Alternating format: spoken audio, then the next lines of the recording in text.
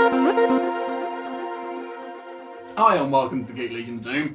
This is a sci-fi movie review and I'll be having a look at the tongue-twistingly complicated title Transformers Prime Beast Hunters Predacons Rising. Phew! This film is based on the, I believe, 3 series at this point, TV series. Transformers Prime, I'm assuming Beast Hunters is kind of a subtitle. Now, before I sort of get into this, there's a couple of things I just want to say.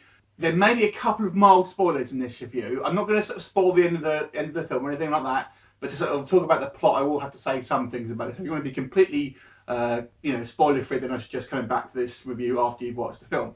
Second thing is I haven't actually watched any of the Transformers Prime TV series, so I'm coming into this as a completely sort of fresh viewer. Now, I will say I was a big fan of the original Transformers cartoon, the comics and everything, the G1 stuff, but this stuff I haven't watched before.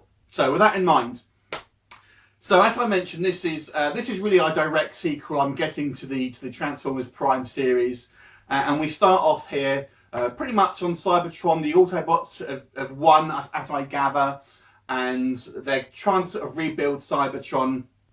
But Unicron, who has been defeated, as has Megatron, kind of almost can sort of combine their kind of spirits almost, and they both inhabit Megatron's deceased body, which is kind of lying in the sea somewhere on Earth.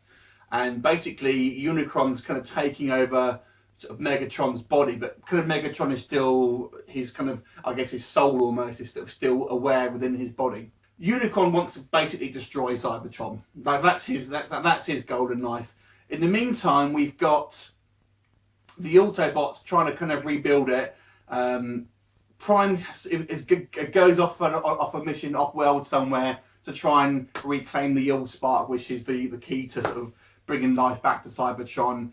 And the remaining Autobots basically are faced with there's a discovery of Predacons, who is a Predacon, which I'm assuming is almost like a third species of sort of Transformers, whilst in the original Transformers, of course, Predacons were just Decepticons. But here he's kind of like, I guess, a third sort of species of Transformers, and they find out that there's other sort of new Predacons that have been sort of seen, and it turns out that sort of Shockwave and Starscream are kind of cloning dead old fossilized Predacons. It culminates in Unicron's plan to reanimate the corpses of all these dead Predacons, this sort of army of they actually call them Zombicons, to basically try and destroy Cybertron. So that's kind of all I'll go into in regards to the plot, because I know obviously this has only just come out, so I don't want to go too much into the plot. So, like I said, this is based on the cartoon show, so I want to talk about that a little bit first. So, if you haven't watched the Transformers Prime cartoon show, it's kind of a mishmash between, I guess, what we've seen in the kind of the sort of film universe, what we've seen in the kind of the original sort of G1 stuff, and a kind of like, I guess, almost like a bit of an anime CGI style as well. Now, I actually quite liked the designs of the Autobots and the Decepticons, because they're not quite as kind of intricate and kind of just mech-like that you've seen in the kind of the live-action films, but they are recognisable characters. So if you haven't watched the Prime TV series, and you've just watched like the G1 stuff like I have, you will recognise the characters, because they retain some aspect of their kind of classic look. That said, the one piece of design I wasn't so keen on was the actual faces of these robots, because they are kind of very sort of almost cartoony looking, very sort of Disney-fied, if that makes sense, in the way they kind of faces, they're kind of cute looking almost. That said, I actually thought the quality of the CG for a kind of, I guess, TV movie was pretty decent.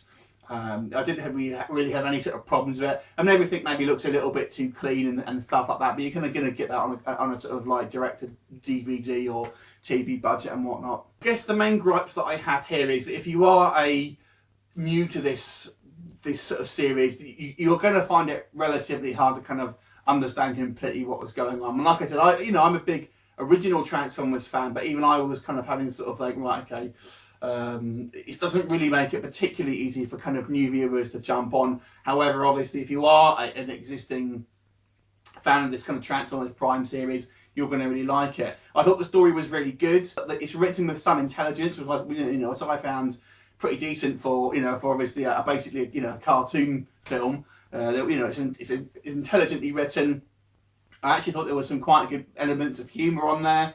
I thought all the kind of the characters all retain that same sort of sensibility, the kind of their personalities that you've known all throughout the kind of the history of the Transformers, which I thought was good. One of the things I love about Transformers as a whole franchise, maybe apart from the films, but the robots actually have personalities, and that is very true of this film, and I'm guessing the TV series as well.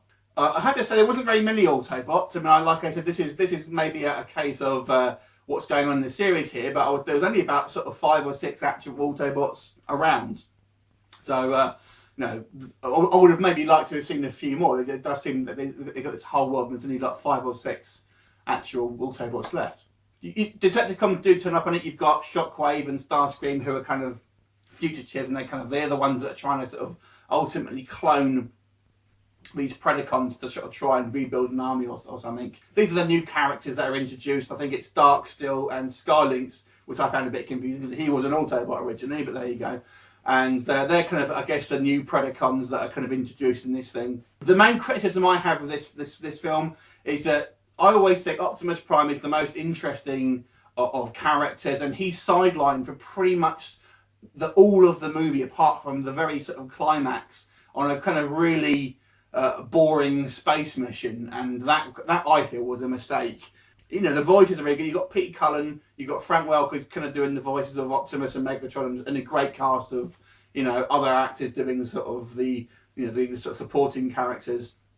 But it was a kind of a shame to really not have Optimus in a kind of a movie version of this TV series for all that long. So that I think would be my main criticism. It's not a film that's going to create a lot of new viewers for this TV show, I don't think. I don't think it's particularly accessible unless you have a reasonable knowledge of sort of Transformers. But like I said, it's a very pretty film. I think it's intelligently written. I think the graphics are pretty good. It's engaging characters, great voice acting. So, I'm going to give this one a 7.5 out of 10. I actually quite enjoyed it. I don't think it's enough to make me watch the TV series, I have to be honest. But the ending of this is a great ending. I would be possibly tempted to watch it from this point on, but I don't think I'd bother watching this series up until this point. Anyway, let me know what your thoughts of it are. Leave me a comment and I look forward to seeing you next time. Bye for now.